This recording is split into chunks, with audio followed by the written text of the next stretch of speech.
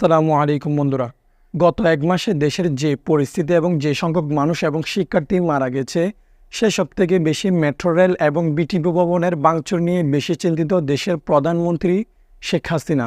দেশের কোটা আন্দোলনকে ঘিরে মানুষ যে পরিমাণ আন্দোলন করছে, সেই সাথে এই আন্দোলনের সুযোগ নিয়ে ছাত্রলীগের সন্ত্রাসীরা এবং আওয়ামী লীগের নেতা কর্মীরা আর সেই সাথে প্রশাসনের মানুষেরা যে পরিমাণ সহিংসতা শুরু করছে, সব মিলিয়ে এই দেশ লাল রঙে পরিবর্তিত হয়েছে। আর কেউ যদি এই বিষয় নিয়ে কথা বলে অথবা আওয়ামী লীগ সরকারের বিরুদ্ধে কথা বলে, তাকে ইন্টারন্যাশনাল না হয় জাতীয় বিরোধী ঘোষণা করে দেওয়া। 5 জন হাইকোর্টের রায়ের পর দেশের পরিস্থিতি স্বাভাবিকের থেকে অস্বাভাবিক হয়ে যায়। আর এর একটাই কারণ, সেটি হচ্ছে শিক্ষার্থীদের কাছ থেকে তাদের হক বা তাদের অধিকার কেড়ে নেওয়া হচ্ছে, যার কারণে শিক্ষার্থীরা রাস্তায় নেমে আসে। আন্দোলন শুরুর দিকে শান্তিপূর্ণ থাকলেও আমাদের মাননীয় প্রধানমন্ত্রীর একটি মাত্র বক্তব্যের কারণে শান্তশিষ্ট আন্দোলন সহিংসতা এবং হাতাহাতি মারামারিতে রূপ নেই। আন্দোলনের এক পর্যায়ে এসে আন্দোলনরত শিক্ষার্থীদের মাঝে ছাত্রলীগ, যুবলীগ এবং বাটাটিয়া সন্ত্রাসীরা প্রবেশ করে আন্দোলনে বিশৃঙ্খলা সৃষ্টি করে। আন্দোলনরত শিক্ষার্থীদের গায়ে হাত দেওয়া হয়, তাদের প্রতি অত্যাচার করা হয়, এমনকি তারা অনেক শিক্ষার্থীকে হত্যা পর্যন্ত করেন। এমন না যে শুধু ছাত্রলীগ বা সন্ত্রাসীরা শিক্ষার্থীদেরকে হত্যা করে, এর মধ্যে দেশের প্রশাসনও পিছিয়ে নেই। এমনকি পুলিশের গুলিতে এক 6 বছরের শিশু এবং 14 বছরের ছেলে পর্যন্ত নিহত হয়, যার কোনো বিচার নাই। শিক্ষার্থীদের এবং সেই সাথে নিষ্পাপ মানুষদের উপর এত এত অত্যাচার এবং সহিংসতা দেখে সরকারের যে পরিমাণ কষ্ট লাগে না, তার অধিক বেশি কষ্ট লাগে মেট্রো রেল এবং বিটিপি ভবনের ভাঙচুর দেখে। এটা কোনো নতুন বিষয় না যে দেশের মধ্যে যে কোনো ধরনের সহিংসতা, আন্দোলন, অর্থনীতি, শিক্ষা ব্যবস্থা অথবা যে কোনো ধরনের সহিংসতা বা সংঘর্ষ দেখা দিলেই এর দায়ভার বিএনপি না হয় জামাত শিবিরের উপর দিয়ে দেওয়া হয়। যখন বিশেষ প্রশ্ন ফাঁস হয়েছিল তখন এর দায় বিএনপির উপর দিয়ে দেওয়া হয়। এখন যখন কোটা আন্দোলনের সহিংসতা বা সংঘর্ষ হয়, এটাও বিএনপি না হয় জামাত শিবিরের উপর দিয়ে দেওয়া হচ্ছে। এটি আওয়ামী লীগ নেতাকর্মীদের কমন একটা বিষয় হয়ে গেছে। কেউ যদি আওয়ামী লীগ সরকার বা শেখ হাসিনার বিরুদ্ধে কথা বলে, তাকে ইন্টারন্যাশনাল বা জাতীয় বিরোধী ঘোষণা করে দেওয়া।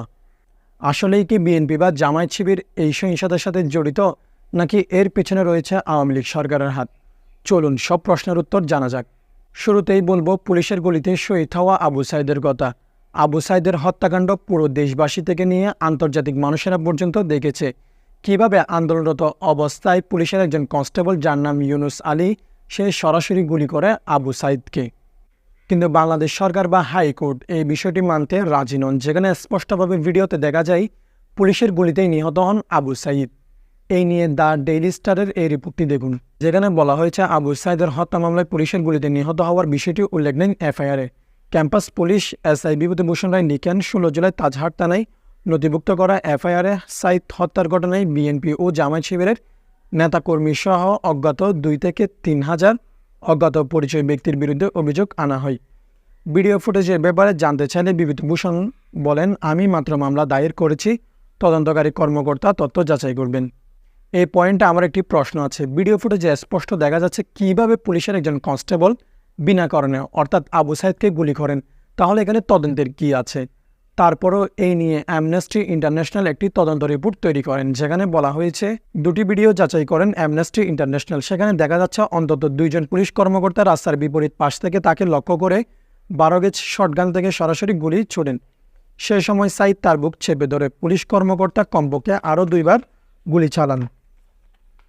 অ্যামনেস্টি ইন্টারন্যাশনাল স্যাটেলাইট ইমেজ ব্যবহার করে সাইদ ও পুলিশ কর্মকর্তাদের ভৌগোলিক অবস্থান শনাক্ত করে দেখতে পাই যে গুলি চালানোর সময় তারা প্রায় 15 মিটারের দূরত্বে ছিল।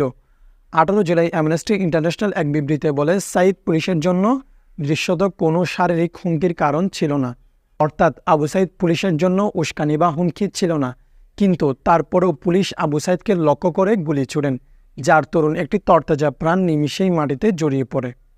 আপনারাই বলুন, পুলিশ কর্মকর্তা আবু সাইদকে হত্যা করার ভিডিও সোশ্যাল মিডিয়ায় থাকার পর ও হাইকোর্ট বা বিভূতিভূষণ রায় মামলার পত্রে এই কথা কীভাবে লিখতে পারেন আবু সাইদের হত্যার পিছনে বিএনপি জামায়াত শিবিরের হাত রয়েছে? এর উপর অ্যামনেস্টি ইন্টারন্যাশনালের মতো এত বড় একটি সংগঠন তদন্ত করে জানান পুলিশ কর্মকর্তা এবং আবু সাইদের দূরত্ব শুধুমাত্র 15 মিটারের এবং আবু সাইদকে গুলি করে বিনা উস্কানি এবং হুমকি ছাড়া। কিন্তু এই জ্ঞানহীন মানুষগুলোকে কে বুঝায়? এদের কথা হচ্ছে অপরাধ যেই করুক না কেন এর দায়ভার বিএনপি জামায়াত শিবিরের। এরা কোনো মতেই নিজের অপরাধ স্বীকার করতে রাজি নন। আরে এরা তো একজন 16 বছরের ছেলেকে পর্যন্ত ছাড় দেয় নাই। দেখি আপনারাই বলেন, আবু সাইদ হত্যা মামলায় আসামি হিসেবে একজন 16 বছরের ছেলেকে গ্রেফতার করা হয়েছে। না মানে এটাই বাকি ছিল। আমার মনে হয় না এর থেকে খারাপ জঘন্য অন্য কিছু হতে পারে। শুধুমাত্র এমন না যে এটা একজন আবু সাইদের কথা, এরকম অনেক শিক্ষার্থীকে হত্যা করা হয় এবং তাদের দায়ভার বিএনপি, জামায়াত শিবির না হয় সাধারণ মানুষের উপর দেওয়া হয়। পুলিশের সহিংসতা থেকে 6 বছরের শিশু এবং 11 বছরের একজন ছেলে পর্যন্ত ছাড় পায়নি। এখন আমার প্রশ্ন হচ্ছে, পুলিশকে গুলি করার অধিকার কে দিয়েছে? এরা তো আর এমনি এমনি গুলি করছে না, কারো না কারো আদেশেই গুলি করছে। কোটা আন্দোলনকে ঘিরে পুলিশ এবং সেনাবাহিনীর লোকজন অনেক বেশি সহিংসতা এবং অত্যাচার শুরু করেন। হেলিকপ্টার থেকে গুলি ছোড়া হয়, জল কামান, টিয়ার গ্যাস, রাবার বুলেট, এমনকি যুদ্ধ কামান পর্যন্ত ব্যবহার করা হয়। আমার এখানে একটা প্রশ্ন আছে, পুলিশ কি শিক্ষার্থীদের সাথে যুদ্ধ করতে নামছে? তাদের সহিংসতা রাজাকারদের সীমা পর্যন্ত পেরিয়ে যাচ্ছে। পুলিশ যেভাবে গণগ্রেফতার শুরু করেছে, প্রতিটি ভার্সিটির সামনে থেকে শিক্ষার্থীদেরকে গ্রেফতার করছে বিনা কারণেই। আবার কেউ যদি রাস্তা দিয়ে হেঁটে যায় তাকে গ্রেফতার করা হচ্ছে বিনা কারণে। আবার কারো ফোনে যদি আন্দোলন রিলেটেড কন্টেন্ট, এমনকি VPN পাওয়া গেলেই তাকে গ্রেফতার করা হচ্ছে। এরা তো শিক্ষার্থীদের বাসায় গিয়ে ভাঙচুর, এরপর শিক্ষার্থীদেরকে বিনা কারণেই গ্রেফতার করছে। এমন না যে শুধু ভার্সিটির সামনে থেকেই পুলিশ শিক্ষার্থীদেরকে গ্রেফতার করছে। পুলিশ রাস্তা থেকে সাধারণ মানুষ, স্কুল শিক্ষার্থীদের পর্যন্ত ছাড় দিচ্ছে না। গ্রেফতার করার পর শিক্ষার্থীদের বা সাধারণ মানুষকে টর্চার, নির্যাতন, অত্যাচার করা হচ্ছে। আর এই সব একজন ব্যক্তির আদেশেই হচ্ছে। তিনি হলেন আমাদের মাননীয় প্রধানমন্ত্রী শেখ হাসিনা। আসলে হচ্ছেটা কি এইসব? দেশের এমন পরিস্থিতি চলতে থাকলে দেখা যাবে কিছুদিনের মধ্যেই দেশের অর্থনীতি, শিক্ষা ব্যবস্থা এবং মানুষের বাকস্বাধীনতা কিছুই থাকবে না। পুলিশ শিক্ষার্থীদের মুখ চেপে ধরছে, তাদেরকে বলার সুযোগ পর্যন্ত দিচ্ছে না। দেশ ডিক্টেটরশিপে তো অনেক আগেই চলে গেছে। উপরে উপরে দেশ স্বাধীন দেখালেও ভিতরে কিন্তু দেশ একটি স্বৈরাচারী দেশে পরিণত হয়েছে।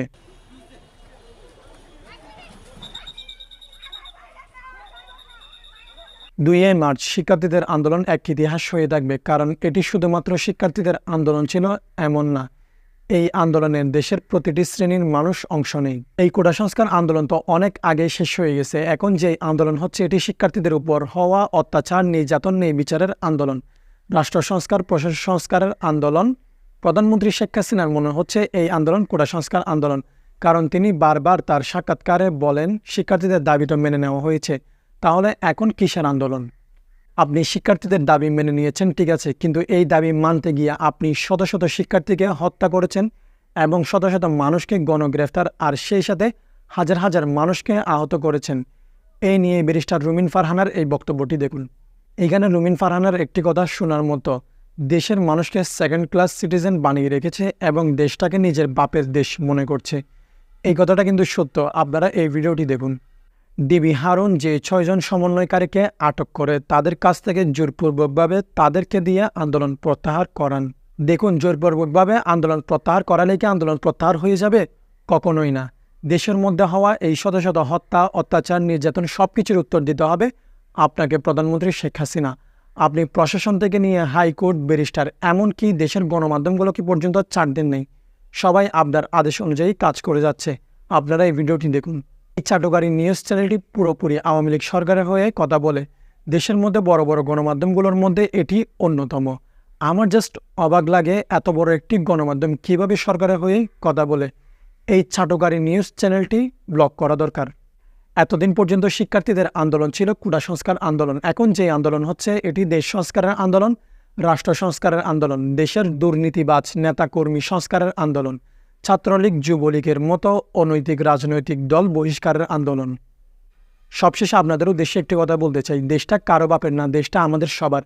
কারণ এই দেশটা কেউ একা স্বাধীন করেনি, হাজার হাজার মুক্তিযোদ্ধারা মিলে এই দেশটা স্বাধীন করছে। আর কেউ যদি নিজের বাপের দেশ মনে করে থাকে এই দেশটাকে, তাহলে সেই ভুল ভাবতেছে। আমরা অনেক দেশ সহ্য করছি, আর না। এখন আমরা রাষ্ট্র সংস্কার চাই, দুর্নীতি নেতাকর্মী সংস্কার চাই, দুর্নীতিমুক্ত দেশ চাই। ইনশাল্লাহ আপনারা সবাই ভালো থাকবেন। আমাদের এই প্রতিবাদ ততদিন পর্যন্ত চলবে যতদিন পর্যন্ত না আমাদের দাবি মেনে নেওয়া হচ্ছে। ইনশাল্লাহ আপনাদের সাথে দেখা হবে পরবর্তী কোনো একটি ভিডিওতে। ততক্ষণ পর্যন্ত সবাই ভালো থাকবেন, সুস্থ থাকবেন। আল্লাহ হাফেজ। আসসালামু আলাইকুম।